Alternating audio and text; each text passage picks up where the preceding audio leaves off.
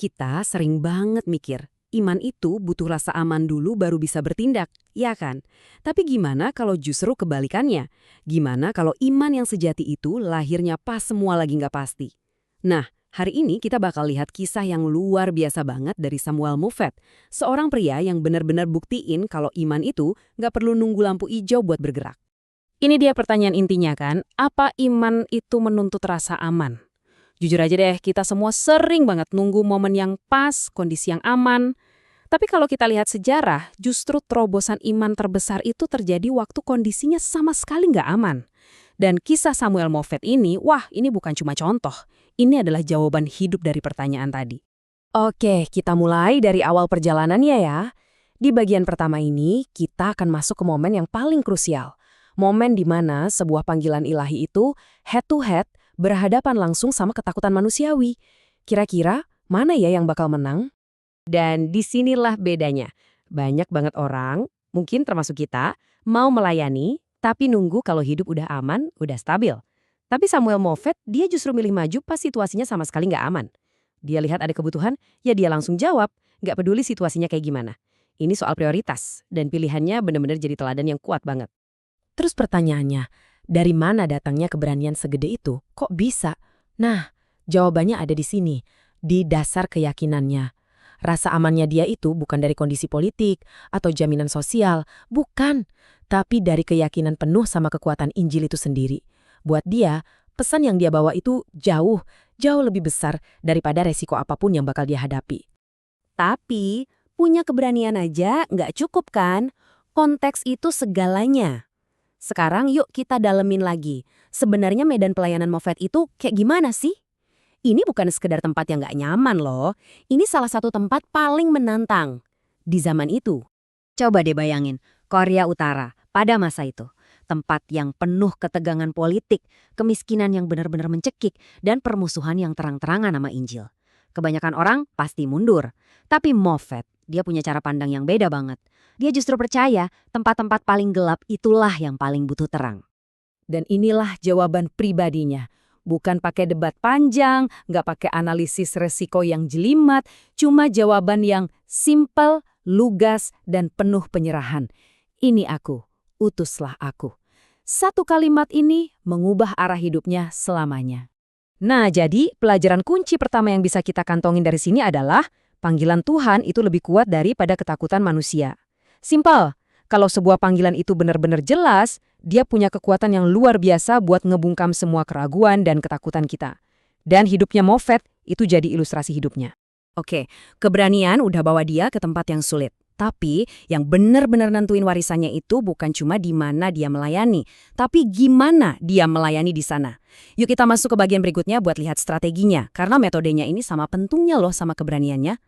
Lihat deh perbandingannya. Moffett itu nggak tertarik bangun sesuatu yang rapuh, yang cuma bergantung sama dia. Enggak. Visinya jauh lebih dalam dari itu. Dia fokus sama pelayanan yang berakar kuat. Tujuannya apa? Membentuk jemaah lokal yang mandiri, melakukan pemuridan yang dalam, dan yang paling penting, membangun fondasi yang bakal tetap kokoh jauh setelah dia nggak ada lagi. Dan strateginya ini bukan asal-asalan, tapi punya dasar Alkitab yang kuat banget. Tujuannya itu jelas supaya iman jemaat itu berakarnya di dalam Kristus, bukan di pribadi misionarisnya. Nah, ini nih visi jangka panjang yang benar-benar bisa mengubah segalanya. Dan ini dia pelajaran kedua yang wah penting banget. Pelayanan yang sejati itu tujuannya nyiapin penerus, bukan malah bikin orang jadi tergantung sama kita. Ukuran suksesnya bukan seberapa banyak orang butuh kita, tapi seberapa siap mereka buat berdiri sendiri, bahkan melampaui kita.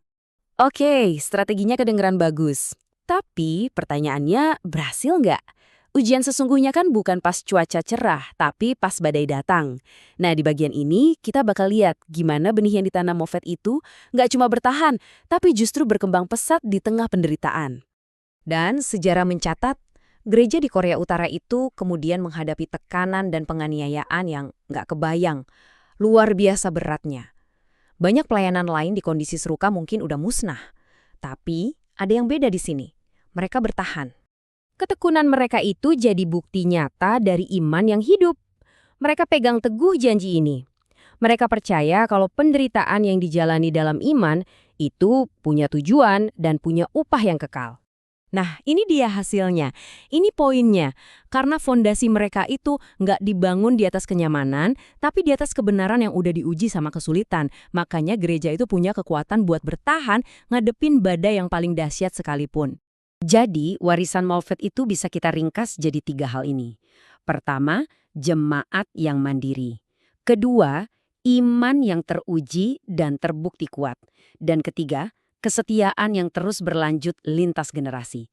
Dia nggak cuma bangun gedung gereja, tapi bangun gerakan iman yang diteruskan bahkan sama keluarganya sendiri. Visi kayak gini itu melampaui satu generasi. Ini bukan cuma soal bangun gereja buat hari ini aja, tapi soal menanam sebuah kisah. Kisah kesetiaan Tuhan yang begitu kuat sampai-sampai wajib banget diceritain ke generasi berikutnya. Dan ini pelajaran terakhir yang ngena banget buat kita semua. Kesetiaan kita hari ini, itu yang nentuin kekuatan generasi besok. Apa yang kita lakuin dengan setia sekarang, sekecil apapun kelihatannya, itu lagi ngebangun fondasi buat kekuatan iman orang-orang yang datang setelah kita. Dahsyat ya. Wow, kisah Samuel Moffat ini inspiratif banget. Tapi ini bukan cuma pelajaran sejarah loh, ini relevan banget buat kita. Jadi yuk kita tarik semua benang merahnya. Apa sih pelajaran praktis yang bisa kita bawa pulang dan terapin hari ini?